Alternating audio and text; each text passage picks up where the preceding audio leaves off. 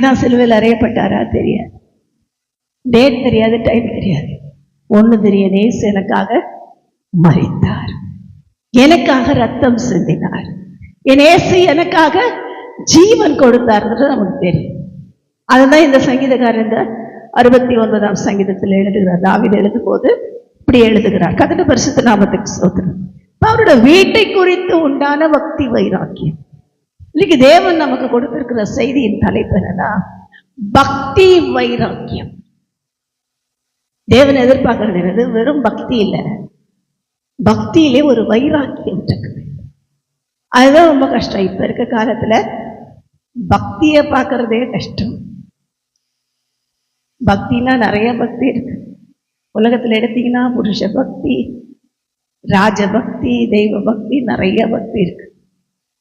இப்படி நிறைய பக்தியை குறித்து பார்க்க முடியும். அன்னைக்கெல்லாம் என்ன பண்ணாங்க, புருஷ பக்திக்காக கதையெல்லாம் எழுதினாங்க. அப்படியே சூரியனை நிற்க வச்சு கணவரை காப்பாற்றிட்டாங்க. நல்ல தங்காய் கதை தெரியும். இதெல்லாம் கட்டுக்கதைகள். கர்த்தருடைய பரிசுத்த நாமத்துக்கு ஸ்தோத்திரம். ஆனா பக்தி யார் மேல? புருஷன் மேல பக்தி. புருஷன் மேல பக்தியா இருந்தா நமக்கு ஏதாவது கிடைக்குமா? தேவனுக்கு பிரியமா இருக்குமா? ஒன்றும் இல்லை.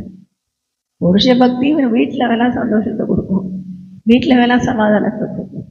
தேவனுக்கு முன்னாடி அது என்ன செய்யாது, நம்மை சீர்படுத்தாது. சாராளை குறித்து பார்க்கிறோம். ஆபிரகாம் இடத்துல பயபக்தியா இருந்தாங்க. எப்படி கூப்பிட்டாங்கன்னா, ஆண்டவனே அப்படின்னு ஆபிரகாம கூப்பிட்டாங்க. இன்னைக்கெல்லாம் எப்படி கூப்பிடுறாங்க? ஹாய் ஹாய் டாய். அவங்க அடுத்த சொல்றாங்க.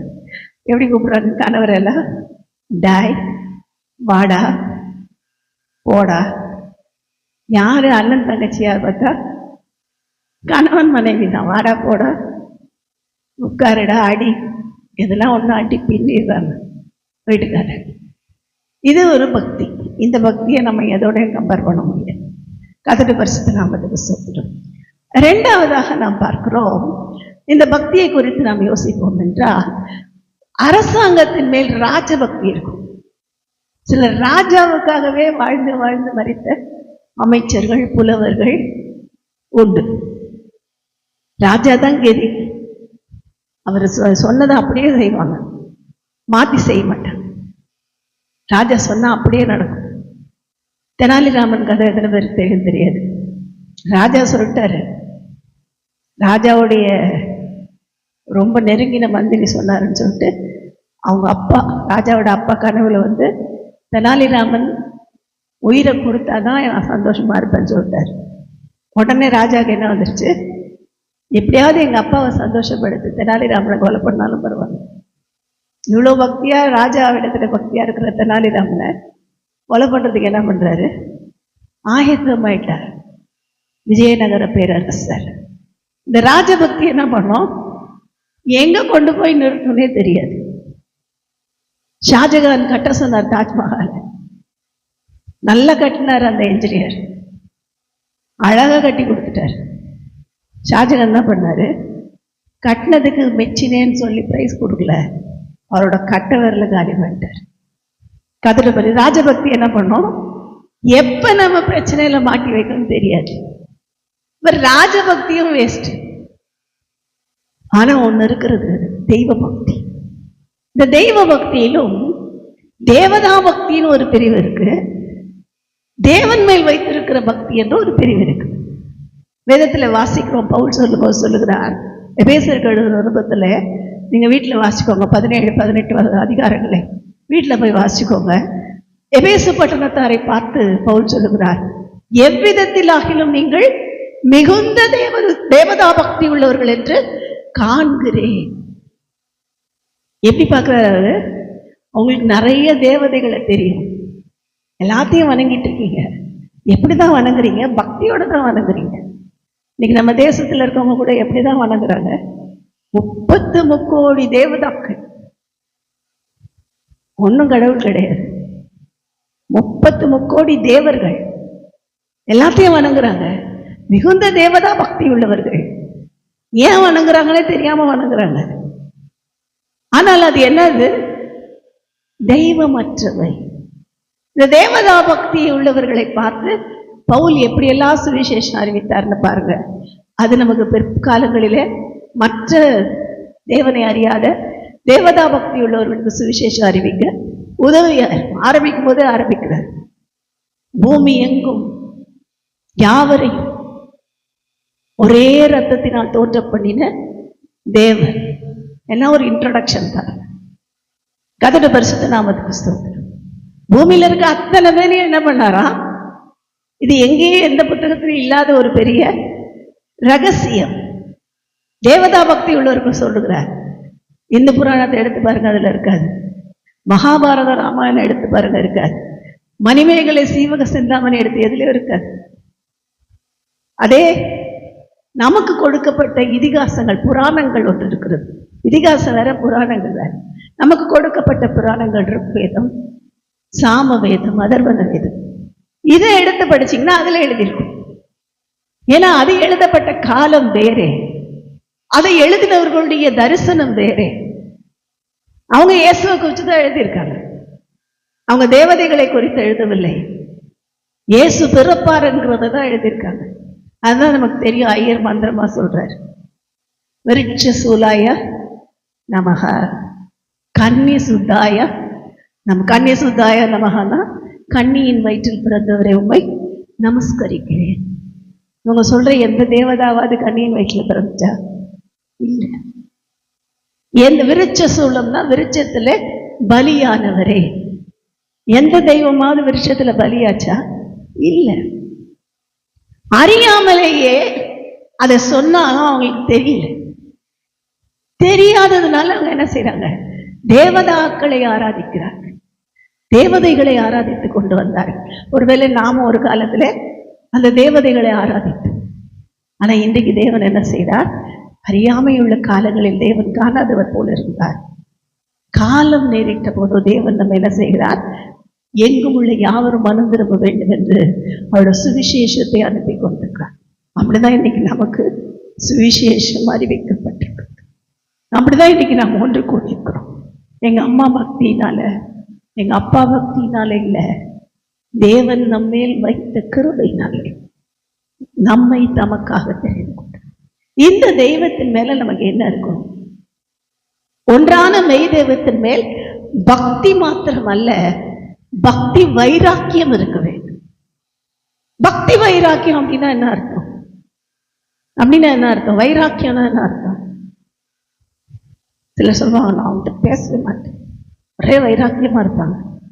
அதுவா? இல்லை, அதுக்கு பேர் வைராக்கியம் இல்லை. ஆங்கிலத்தில் எழுதப்பட்டிருக்கிற அந்த வார்த்தை ஜீல். ஜீல் அப்படின்னா என்ன அர்த்தம்? தேவனுக்காக வைத்திருக்கிற வைராக்கியம், தேவன் மேல் வைத்திருக்கிற அன்பின் நிமித்தம் வருகிற பக்தி வைராக்கியம். இந்த பக்தி வைராக்கியம் உள்ளவர்களை தேவன் தேடிக்கொண்டிருக்கிறார். முதல்ல பக்தி உள்ளவர்களை தெரிந்து கொள்கிறார், தேடி வருகிறார், தெரிந்து கொள்கிறார். அவர்களை பக்தி வைராக்கியம் உள்ளவர்களாய் மாற்றுகிறார். இந்த வைராக்கியம் உள்ளவர்கள் என்ன செய்வார்கள் அப்படின்னா, வேதத்துல வாசிக்கிறோம். நம்ம வாசிக்கும் போது நல்லா தெரியும். யோபு சொல்லுகிறார், என்ன எழுதுகிறார்? நான் கொன்று போட்டாலும் அவர் மேல் நம்பிக்கையாய். அதுதான் பக்தி வைராக்கியம். எங்க போட்டாலும், சிங்ககேபியில போட்டாலும் நான் அவரை ஆராதிக்கிறத நிறுத்த மாட்டேன். அதான் பக்தி வைராக்கியம். இருக்கிறது விக்கிரக ஆராதனைக்கார நாடு. கொஞ்சம் பரவாயில்ல, ராஜாவுக்காக ஏமாத்திடலாம் தானியல் நினைச்சிருந்தா ஏமாத்திருக்கலாம். யார் வந்து அவர் கேட்க போறது? யாரும் கேட்க போறது இல்லை. தேவன் பார்க்கிறாரா? அவர் பார்க்கிறாரு, பரவாயில்ல, அட்ஜஸ்ட் பண்ணி எக்ஸ்கியூஸ் சொல்லிக்கலாம் அப்படின்னு நினைச்சிருக்கலாம். ஆனா தானியல் என்ன செய்தார்? தேவ பக்தி வைராக்கியம் உள்ளவராய், இந்த சிங்கங்கள் கைக்கு தேவனை தப்பு வைப்பார். தப்பு வைக்காம போனாலும் அவரை மாத்திரம்தான் ஆராதிப்பேன் என்று சொல்லி தேவனுக்காக தன்னை அர்ப்பணித்தார். அதோட பரிசுத்த நாமத்துக்கு ஸ்தோத்திரம். இதுதான் பக்தி வைராக்கியம். இன்றைக்கு நமக்குள்ளே தேவன் இந்த பக்தி வைராக்கியத்தை தட்டி எழுப்பும்படி விரும்புகிறார். சில நேரம் நாம் என்ன செய்கிறோம்? பக்தியவே விட்டுடுறோம். ஏதோ ஒரு பிரச்சனை வந்தது, எங்க போச்சு பக்தி? எங்கேயோ போயிடுச்சு. என்னத்த ஆண்டவர், போன வாரம் தான் நல்ல செய்தியை கேட்டு வீட்டுப்போம். இந்த வாரம் நடந்ததெல்லாம் பார்த்தா என்னத்துக்கு தான் சர்ச்சுக்கு போய் போய் என்னத்தை தான் கண்டோம். பக்தி என்ன ஆயிடுச்சு? தேஞ்சு தேஞ்சு தேஞ்சு தேஞ்சு போகுது. காரணம் என்ன? நம்முடைய சோர்வுக்கு ஒரே காரணம், பரிசுத்த ஆவியில் நிறைவு நமக்கு இன்னும் வரல. பரிசுத்த ஆவியானவர் நமக்குள்ள இருந்தா நம்ம வைராக்கியத்தை தூண்டிக்கிட்டே இருப்பார். கதட பரிசுத்த நாமத்துக்கு ஸ்தோத்திரம். ஆவியிலே ஒரு வைராக்கியம் இருந்துகிட்டே இருக்கும். இல்லை கொன்று போட்டா கூட பரவாயில்ல, முடியலன்னா சில நேரங்கள்ல முடியலன்னா ஆனால் கர்த்தர் ஊழியன்னு சொல்லிட்டு ஓடிடும். அந்த சிஸ்டர் ரொம்ப யோசிச்சு கேட்டாங்க, நீங்கள் வருவீங்களா? எங்கள் சபை கொஞ்சம் சின்ன சபை தான், வருவீங்களா? எத்தனை பேர் வருவாங்க? எங்கே இருக்க சபை? எதுவும் கேட்கல. என்ன ஒன்றே ஒன்று கேட்டேன், மாடி ஏறணுமா மட்டும் கேட்டேன். ஆமாம், ஒரு ஃப்ளோர் தான், மெதுவாக ஏறிக்கலாம். சரி பரவாயில்ல. நான் ஏறுறதை பார்த்தா அங்கே இருக்கவங்களாம் பயந்துட்டாங்க, இவங்க என்னத்தை பேச போகிறாங்க. ஆனால் அங்கே ஏற்கனவே ஆர்கே மஹாலில் அடிக்கடி நான் பேசுனதுனால அவங்களுக்கு எல்லாருக்கும் என்ன தெரிஞ்சிருக்கு. எனக்கு தான் எல்லாரையும் தெரியல, அங்கே இருக்க எல்லாருக்கும் என்ன தெரிஞ்சிருக்கு. கதட பரிசுத்த நாமத்துக்கு ஸ்தோத்திரம். இப்போ தேவ வசனத்தை சொல்லும்போது கிட்டத்தட்ட 40 நிமிஷத்துக்கு மேலே பேசிட்டேன். நான் நினச்சேன் சீக்கிரம் முடிச்சிடலான்னு. 40 அப்புறம் ஏன் முடிச்சிங்க? இன்னொரு 1/2 hour நீங்கள் பேசியிருக்கீங்க. கதட பரிசுத்த நாமத்துக்கு ஸ்தோத்திரம். இன்னும் 1/2 hour பேசினா எல்லாம் தூங்கிடுவாங்க. மெசேஜ் எவ்வளோதான்? 40 நிமிஷம்.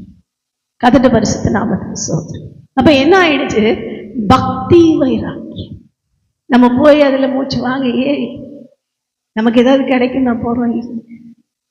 எப்படியாவது 10 பேருக்கு, புதிதாய் வருகிற 2 பேருக்கு சத்தியம் அறிவிக்கப்பட்டால் அது போதும். அவங்க தேவனை ஏற்றுக்கொண்டால் அது போதும். வேற எதுவும் நம்ம ஓடலை, நமக்கு எதுவும் கிடைக்கல. ஆனால் ஒன்று, அங்கிருந்து எல்லாம் கிடைக்கும். அவரிடத்துல பக்தி வைராக்கியமா இருக்கிறவங்களுக்கு எல்லா நன்மையும் அங்கிருந்து வந்துட்டு நாம நினைக்கிறோம் அவ்வளவுதான். அவர் எல்லாத்தையும் அப்பப்ப அதே நேரத்துக்கு கேட்காமலே கொடுக்குறாரு. அதுதான் அவரோட வல்லமை. கர்த்தரோட கிருபையினாலே நம்ம 10ஆம் தேதி அன்னைக்கு என்ன வச்சிருக்கோம்? கர்த்தரோட நாமத்துல இந்த நம்முடைய வீட்டையும் சபையும் பிரதிஷ்டை செய்யும்படி நியமித்திருக்கிறோம். சாயங்காலம் 5:30 மணி. இது எப்படி நடந்தது எங்களுக்கு தெரியல. இன்னைக்கு யோசிச்சாலும் தேவனுக்காக நாம் பக்தி வைராக்கியமா இருந்தால் தேவன் நம்மை அதிக வைராக்கியம் உள்ளவர். நம்மை பார்க்கிலும் வைராக்கியம் உள்ள தேவன். நமக்காக தண்ணியை கொடுத்துட்டாரு, என்ன கொடுக்க மாட்டார், எல்லாத்தையும் கொடுக்குறாரு. கேட்காமலே கொடுக்குறாரு, நினைக்காததை கொடுக்கிறார். கதட்ட பரிசுத்த நாமத்துக்கு ஸ்தோத்திரம். அப்படி கர்த்தர் அந்த வீட்டை இதுவரைக்கும் கட்டி முடித்து 2 வீட்டுக்கும் ஆட்கள் வர உதவி செய்தார். அது மாத்திரமல்ல, ஒவ்வொரு நாளும் ஜெபித்து ஜெபித்து கர்த்தர் அந்த காரியங்கள் எல்லாம் ஒழுங்குபடுத்தி இந்த 10ஆம் தேதி கர்த்தரோட கிருபையினாலே, வருகிற 10ஆம் தேதி கர்த்தரோட கிருபையினாலே பிரதிஷ்டை பண்ண கர்த்தர் உதவி செய்கிறார். அந்த நாளில் அந்த பிரதிஷ்டை ஊழியர்களுக்காக ஜெபியுங்கள். கர்த்தர் எல்லாவற்றையும் பொறுப்பெடுக்கும். அவரோட கரத்தில் வச்சு தான் நம்ம ஊழியத்தை ஆரம்பிக்கும். அங்கே கர்த்தர் சபையை பெருக பண்ணுறார். அவரை அறியாத அநேகரை கர்த்தர் கொண்டு வரணும். இதுதான் நம்ம ஆசை. பில்டிங் கட்டி பெருசாக நினைக்கிறதுக்கு இல்லை, அங்கே தேவனுடைய ராஜ்யம் கட்டப்பட வேண்டும். எப்படி ஆகிலும் ஒரு சிலர் மனம் திரும்ப வேண்டும். கதட பரிசுத்த நாமத்துக்கு ஸ்தோத்திரம். அப்ப தேவனோட கரத்துல நாம் இருக்கிறோம். பக்தி வைராக்கியம் உள்ளவர்களுக்காக தேவன் வைராக்கியம் கொள்ளுகிறார். தாழ்மைக்கு போன அடிமையை பிடிச்சு எடுத்துக்கொள்ள போட்டு போனார் தானியேல். தேவனுக்காக வைராக்கியமாய் நின்ற போதோ கிட்டத்தட்ட 7 விதமான ராஜாக்களை சந்தித்தார். எல்லா ராஜா கிட்டையும் அவர் ஒரு நாளும் பூஜா கூப்பல. எல்லா ராஜா கிட்டையும் அதிபதியாக தான், ஹை லெவல் பிரதானியாக தான் இருந்தார். பிரைம் மினிஸ்டர், பிரதான மந்திரியா இருந்தார்.